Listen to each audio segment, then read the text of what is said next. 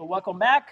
Some new material today on what we call cylinders and quadrics. And you'll see that cylinders, we're very generous in math with our terminology, and cylinders are not really what you think of a cylinder in real life. So let's see what those are. So we're going to talk about, in general, quadrics. These are shapes, surfaces that are given by quadratic equations. And they are cylinders, but as I said, these are going to be some very generalized cylinders, quadric surfaces, and then we're going to see some specifically, the quadric surfaces can be, there's some change of variables that explains that it's some sort of ellipsoid, some paraboloid, or some hyperboloid. So we're going to see what those look like.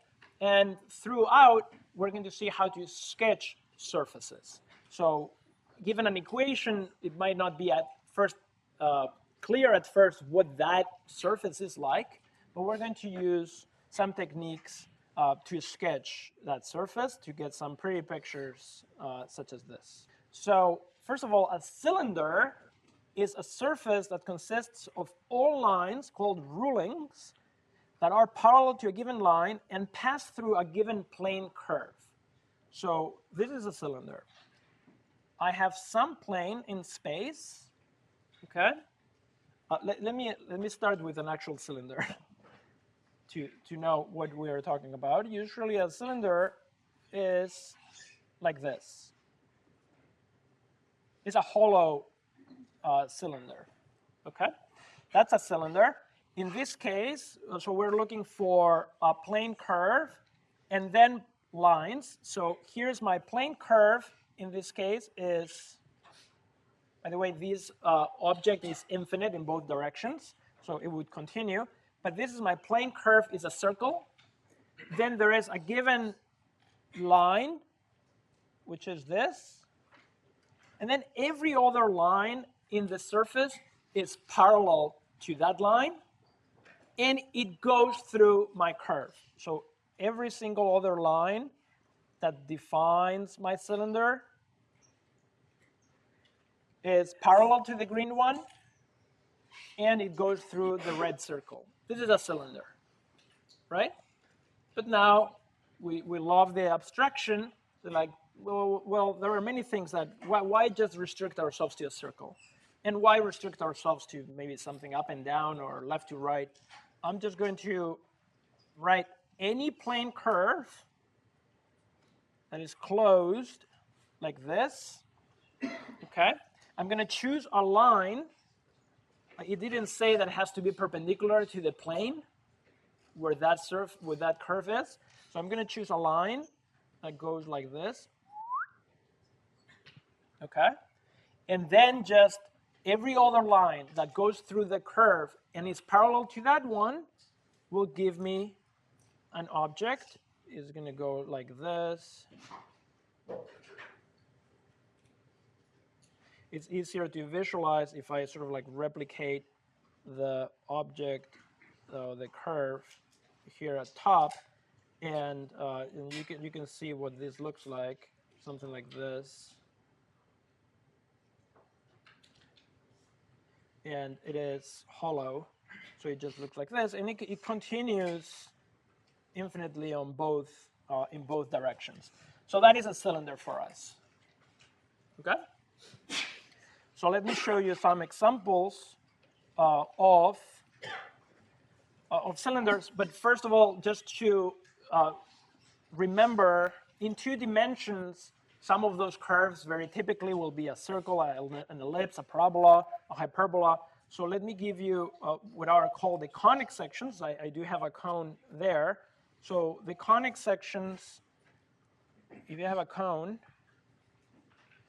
there are several ways to intersect a cone. If I intersect my cone with a plane like this, the section that I get, the cross section of the cone, is a circle.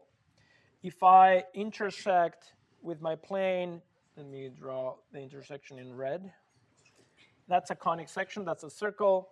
If I intersect my cone with a plane that is vertical, then the intersection is going to look like a parabola.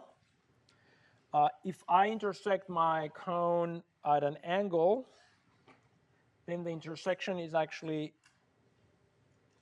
an ellipse. How do I get a hyperbola? So in math, our cones are double cones. So the cones are actually the same equation that defines the half cone continues to a double cone. And then when you intersect with a plane like this, then what you get as an intersection is as if it was two parabolas, but it's what we call a hyperbola. Okay, so what are the equations for those? Circles are of the form x squared plus y squared equals r squared. For an ellipse, we can stretch the circle in one direction basically, and then you get an ellipse. So we usually write ellipses in this format. That will be an ellipse if a and b are not 1 and non-zero. We get parabolas. Usually a parabola is something like y equals ax squared plus bx plus c. That will be a parabola. And hyperbolas are of the form x squared, a squared minus y squared, b squared equals some r. These are the circles. These are the ellipses. Ellipses, parabolas, and hyperbolas. So those are equations of each one of those conic sections. So let me sketch the surfaces. So these are surfaces in 3D given by x squared plus y squared equals 1. What this means is that it is the surface given by points x, y, and z such that the x and the y are related and the z value is free. It's a, we would say, a free variable. Okay? So what kind of surface is this in 2 dimensions? In the xy plane, what curve is this? It's a circle of radius 1. So if I try to sketch the first surface I get, I'm going to get a circle in what plane? In the xy plane, because it just involves the x and y coordinates. I have a circle of radius 1. And then the z coordinate is free to move around the country. So there is just, so I can put another circle here, maybe another circle down here, just so you can see the shape.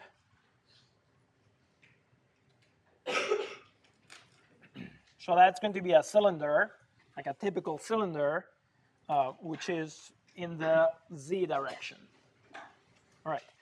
What is this object? What surface will be that one? This is a circle. In 2 dimensions is a circle. Can you tell me in what,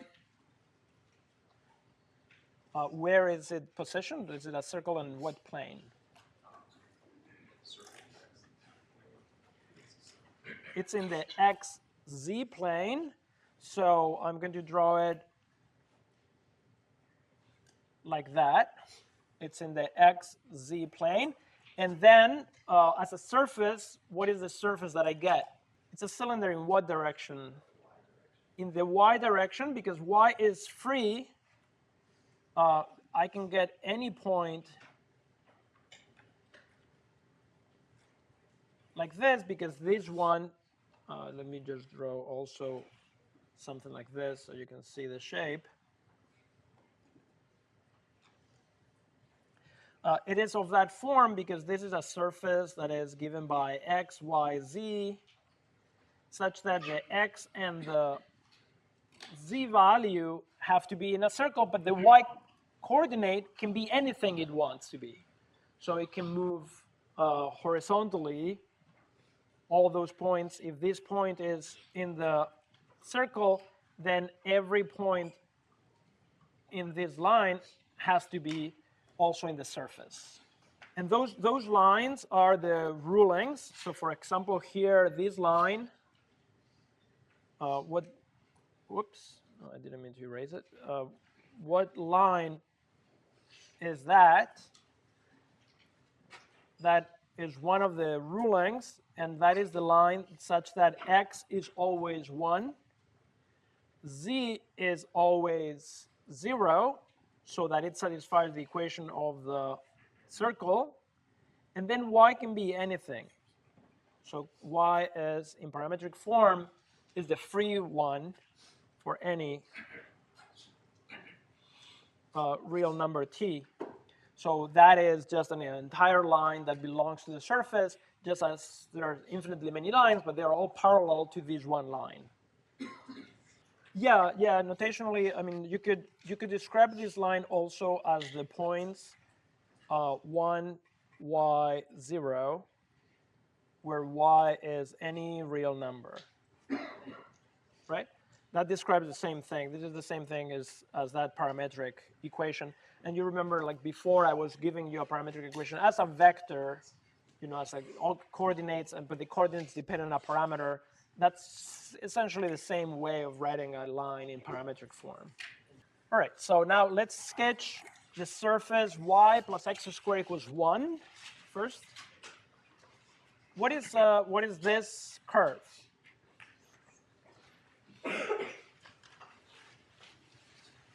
Let's draw it first in the xy plane. It is a parabola, I heard. What kind of a parabola? How should I draw it?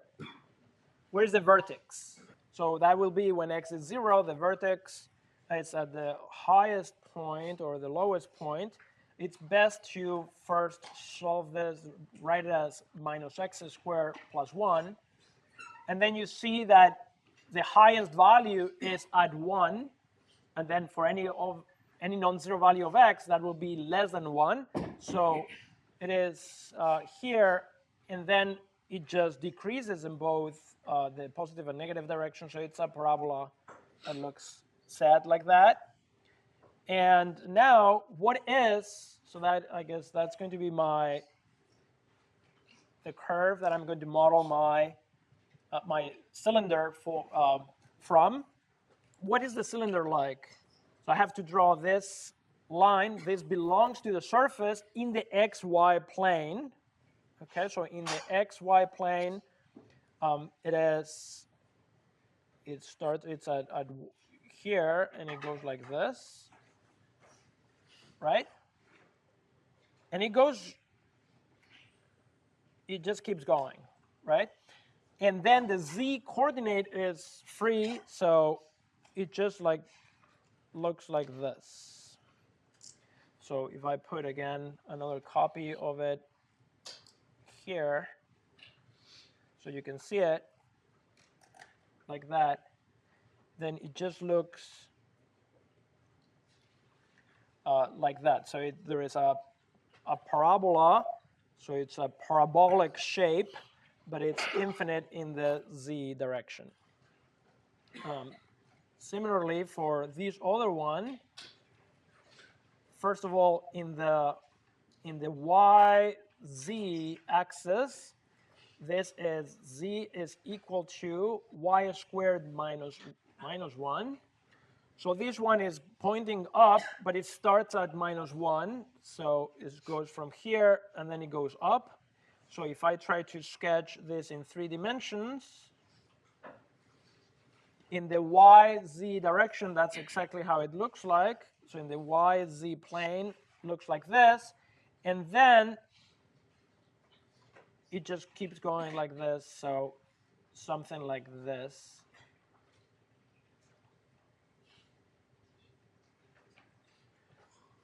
Something like that. You see that doesn't really look anything like a cylinder, but it shares those properties of a cylinder, that there is a curve in a plane, and then there is a line, and then all the other parallel lines that go through that curve belong to the surface. So first of all, in the xy plane, what does that look like? If I try to solve for y here, this will be y squared is x squared minus 1, and then y will be plus or minus the square root of x squared minus 1. Okay? So that is going to be, first of all, let's see, the points are, what kind of points do we have? The 1, 0, and minus 1, 0 are in the hyperbola. And then I'm just going to get to like this, two sides. Okay. So now what is the surface itself going to look like? I can draw the same shape on the xy plane. So in the xy plane, I have points in the x line, and then they go like this. And then just at every level, it repeats itself like this. And then when I connect it with lines, it just looks like that.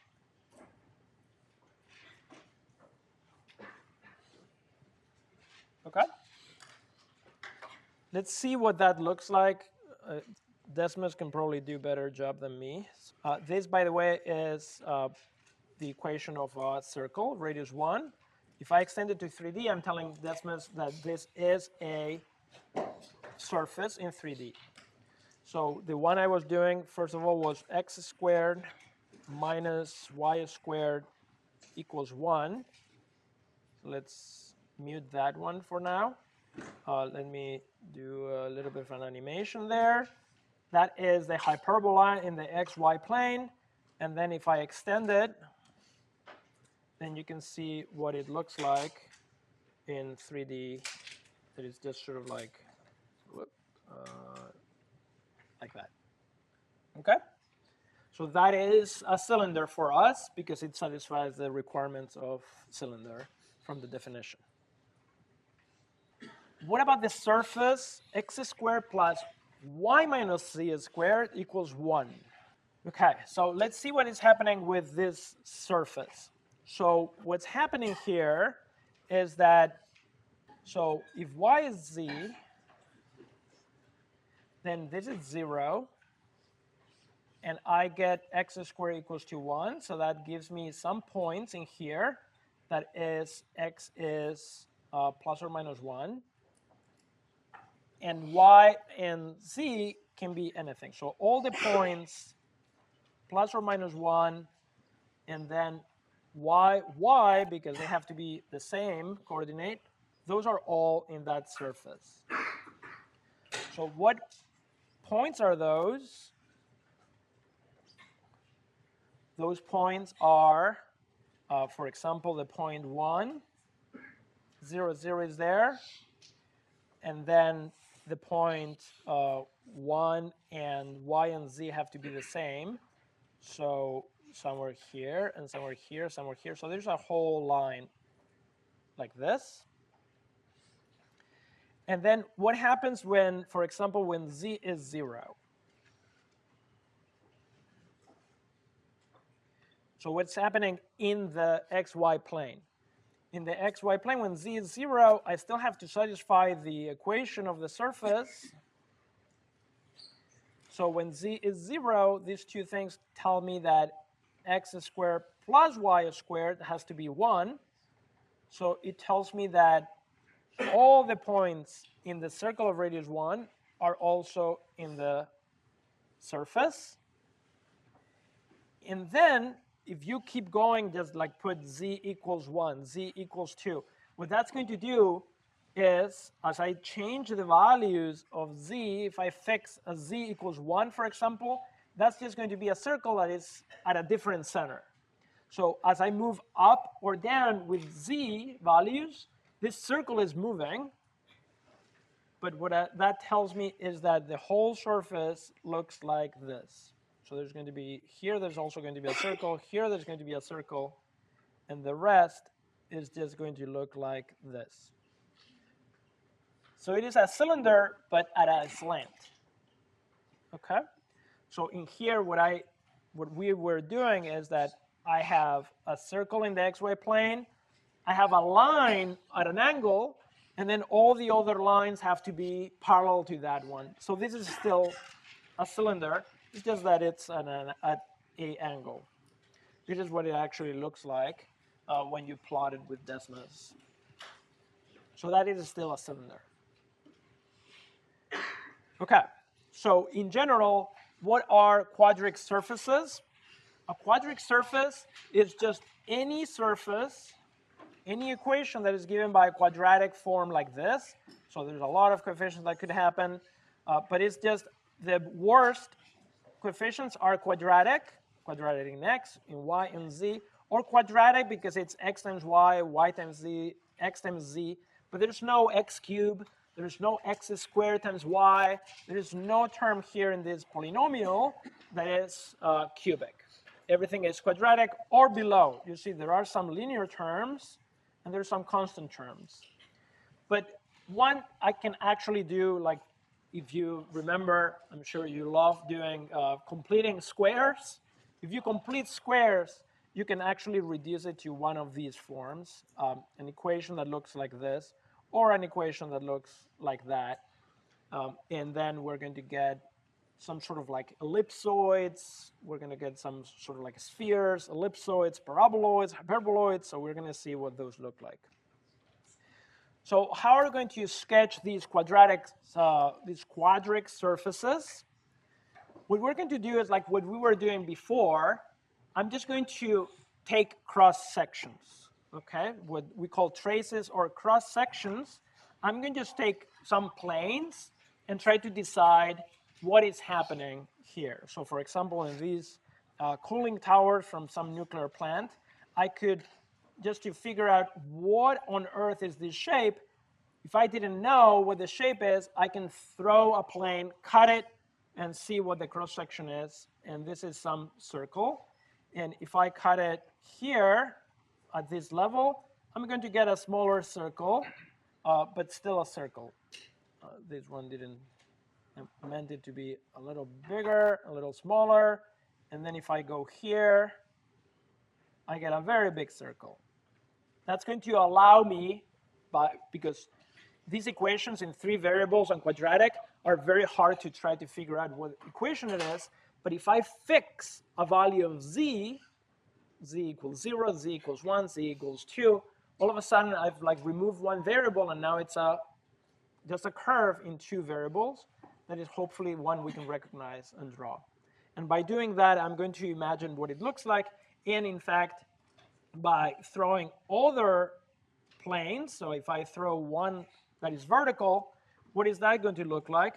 That in particular, that is going to look like a hyperbola. It's going to look like this, and in the back it's also looking like that.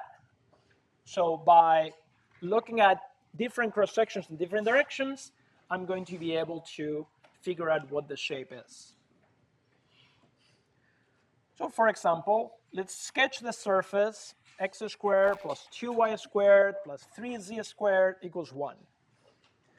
So let's see what happens. What I'm going to do is cross sections. I'm going to do several cross sections. Just try to investigate what's happening. So let's start with z equals 0. And see, that's going to tell me what should I draw in the xy plane. When z equals 0, I get x squared plus 2y squared equals 1. It's an oval, it's an ellipse. Let's try to sketch it. So in the xy plane, the surface that I get, the level curve or the trace or the cross section that I get, it's an ellipse. So what kind of an ellipse is that? It goes through 1, 1. And then is it just like a circle? Is it taller than it is wide, or is it wider than it is taller? Well, the other points, when x is 0, the other points have to be 1 over the square root of 2, so it has to be less than 1. So it is actually something like this. Okay, so you can figure out what those points are, but it's going to be something like that. And this is 1, this is 1, and this is 1 over the square root of 2. Oh, this is minus 1, and this is minus 1 over the square root of 2. I can start drawing this in 3D. This is my x, this is my y, this is my z, and then it's going to be wider in the x direction. So I'm just going to draw it like this. Okay. Let's see what happens in the, I'm going to draw the main 3 cross sections are the intersections of this object with the xy plane, the yz plane, and the xz plane. So the next one that I want is what happens when y is 0. And y is 0, I get x squared plus 3z squared is 1. And that means that it's wider in the x direction than is in the z direction. So that tells me that it is going to look like it's going to be something like this in the xz direction. So this is going to look like this. And now I think you can see where this is going. So let's do one more. What happens when x is 0? I get 2y squared plus 3z squared equals 1, which is another oval, another ellipse. And this time it is still wider than it is taller. So it is something like this in that direction. Now, can I figure out other cross sections? I think I already have a pretty visual of what this is. I can do a couple more. Let's see what happens as I change the x value. So what happens if x is 1? If x is 1, well, actually, what happens when x is 1, then I get 2y squared plus 3z squared equals 0. The left-hand side is always positive or 0, so this has to be that y is 0 and z is 0, because I'm talking just about this point. So right there is only one point. But when x is, say, a half, then I get 2y squared plus 3z squared equals 1 minus a fourth, so it's 3/4. That is just the same sort of ellipse, but now the radius has decreased. So I get smaller and smaller and smaller. And on the other side, I also get this. Here, I also get this. And now I drew too many lines. Let me see if I have some space. Let's just draw it in Desmos so you can see what this looks like. Oh, look how cute it is. It's like a football. There it is. Okay, that's what it looks like. We're just slicing it in appropriate directions just to see what's going on. So let's do it again. What about z is equal to 4x squared plus y squared? In this case, since z is sort of like depends on x and y, let me do cross sections. I'm going to fix x or y and see what happens. What happens when y is 0? I get z equals 4x squared. And what is that?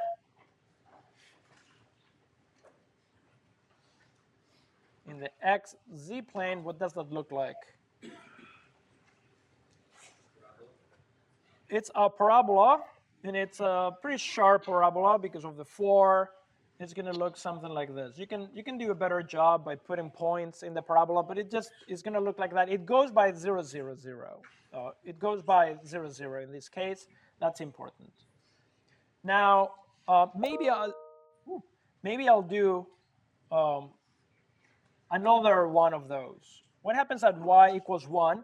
And notice that it's in fact the same. Plus or minus 1 is going to give me the same. Z is 4x squared plus 1. It's an offset parabola. At 0, the value is 1. So this is for x and z, I get that it goes through here. That is another parabola. And I can now, let's do also what happens when x is 0. I get z equals y squared. And what happens when x is 1? I get z equals y squared plus 4. Those are also a parabola and an offset parabola. Okay? So what is happening in 3D? I'm just going to plot those in. In the x, z plane, I have something like this. When I go to y equals 1, I get another one like this, and minus 1, I get something like this. In the y, z plane, I also get a parabola like that. And in the x equals 1, I also get a parabola like that. So if I do now actually a cross section for z equals 1, for example, then I get 4x squared plus y squared equals 1, which is an ellipse. So the top here, whoops, let's revert that. The top here is like this. So overall, it's just going to look like, is what we call a paraboloid. So let me just graph it for you. So it looks like this. It's not completely symmetric. It's wider in one direction, in the y direction that is in the x direction, but that's what it looks like in 3D. And we almost got there from our picture that it looks like this. If I had, just seen, like, if I did this more to scale, that some of these parabolas were wider. For example, this parabola it grows faster than this parabola. So these parabolas are wider. I would have seen that it is not even and that it is wider in the y direction, in the yz plane that is wider in the xz plane. Okay? What about x squared minus y squared? I can do the same kind of thing. For example, I can just start, for example, when z is 0, what happens in the xy plane? What is x squared minus y squared equals 0? They can be equal or different sign. So this says that x is plus or minus y. Okay? So that gives me that in that level, I have that graph. But then when z is 1, I get 1 is equal to x squared minus y squared. Or when z is 2, I get 2 is equal to x squared minus y squared, which are going to be hyperbolas. So what that tells me is that in 3D, I'm going to have something like this. In here, these hyperbolas are looking like this, and then wider and wider. So those have to go, for example, through one. So they are like this, and like this, and like this, and like this. Whoop. They just go like this. And then I can do a cross section in some other direction. That's a mess of a graph. But just to help me out, I would do what happens when y is 0, I get z equals x squared. So you can see now that in the other direction, it's going to look like this. Okay? So that's going to tell me what is happening in that direction. So now I can give you, and it gives you what we did were the cross sections above the xy plane. That's what they looked like, while the cross sections below the y plane, we didn't draw them yet, but they would have changed if you did. For z equals minus 1, it changes the direction of the hyperbola, in that the hyperbolas would now be sort of in that direction instead of in that direction. All right. I'm sure I can do better than that drawing if I wasn't in a hurry. Let's try just one more. what is the surface x squared plus y squared minus z squared equals 1?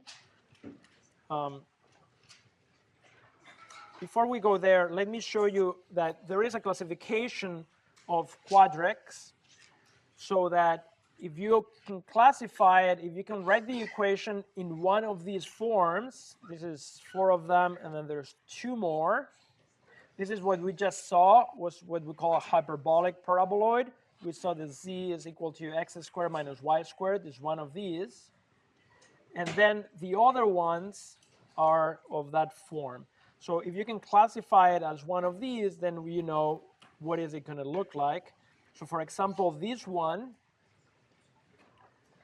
that corresponds to this with a, b, and c equals to 1. So it's going to be a hyperboloid of one sheet. And for example, you can see that if I do cross sections in a hyperboloid like this, I can do cross sections along. So for example, when y is 0, I should get a hyperbola. And that's what happens here, that when y is 0, I would see a hyperbola. Or as you move the y, you're going to get different hyperbolas. As you move, for example, when x is 0, I also get y squared minus z squared equals 1, which is another hyperbola. So you're going to see in the graph, there's going to be hyperbolas like this, and hyperbolas in the other direction also. So you can see that it's going to be something like that.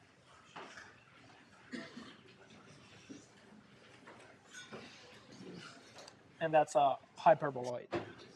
Okay, so we'll continue with some graphing next time, and then we're going to talk about functions of several variables.